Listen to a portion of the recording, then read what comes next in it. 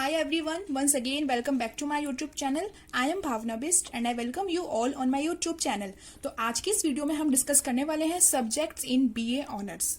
उससे पहले मैं आपको बता देती हूँ कि बीए ऑनर्स हम किसी भी एक सब्जेक्ट में करते हैं। फॉर एग्जांपल हम करते हैं बीए हिस्ट्री ऑनर्स या फिर बीए केमिस्ट्री ऑनर्स या फिर BA Hindi honours.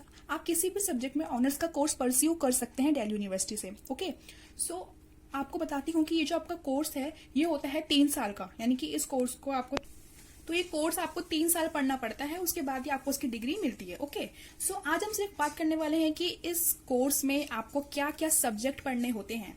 Mainly students सोचते हैं कि हम जिस भी सब्जेक्ट में ऑनर्स कर रहे हैं हमको सिर्फ उसी के सब्जेक्ट पढ़ाए जाएंगे, बट मैं आपके सारे डाउट को क्लियर कर दूंगी, तो आप मेरी वीडियो को एंड तक जरूर देखना।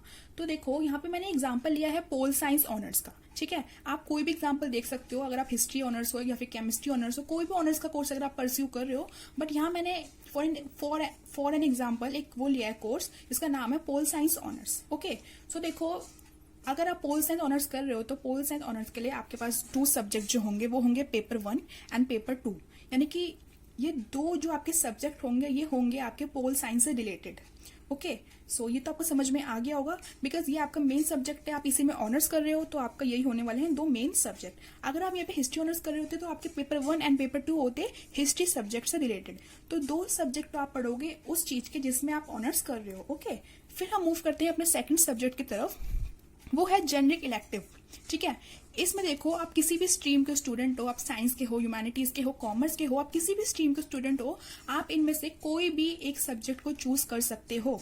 जब आपका एडमिशन हो जाएगा आपको दिल्ली यूनिवर्सिटी एक लिस्ट देगी, उसमें आपके पास बहुत सारे सब्जेक्ट के नेम मेंशन होंगे। उसमें से आपको किसी एक सब्जेक्ट के ऊपर टिक करना होगा। फॉर एग्जाम्पल, अगर हम पोल साइंस ऑनर्स कर रहे हैं और मैं सब्जेक्ट चूज करती हूँ अपना जीई में हिस्ट्री, ठीक है, तो मैं फिर हिस्ट्री सब्जेक्ट पढ़ूंगी।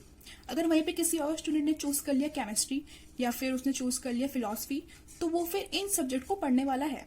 ठीक है, तो ये आपको लिस्ट मिलती है। आप अगर किसी भी स्ट्रीम से हो आप इनमें से कोई भी एक सब्जेक्ट को चूज कर सकते हो। ओके, इस चीज में आपको कंफ्यूज नहीं होना।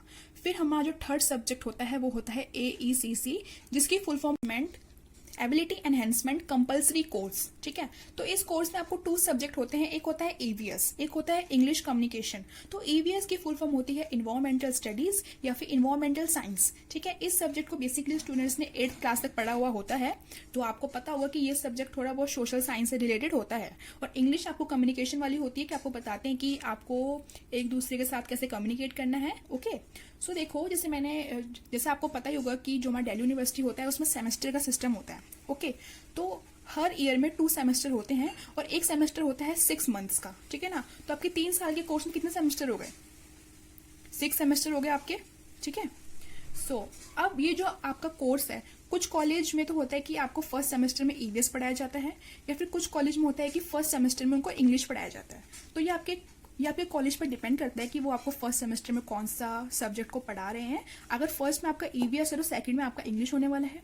ओके, सो ये तो उनकी मर्जी है, या फिर कुछ स्टूडेंट्स से तो चूज करने को भी कहा जाता है, तो ये आपके कॉलेज के ऊपर डिपेंड करता है।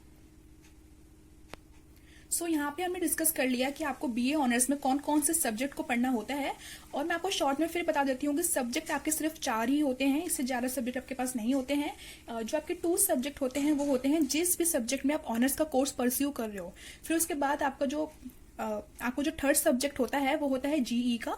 ओके, फिर आपको जो 4th सब्जेक्ट होता है वो होता है AECC का। इसकी फुल फॉर्म मैं आपको बता चुकी हूँ। तो इस वीडियो में सिर्फ इतना ही। Thank you so much for watching this video and don't forget to like, share and subscribe my video. तब तक के लिए टेक केयर, बाय बाय।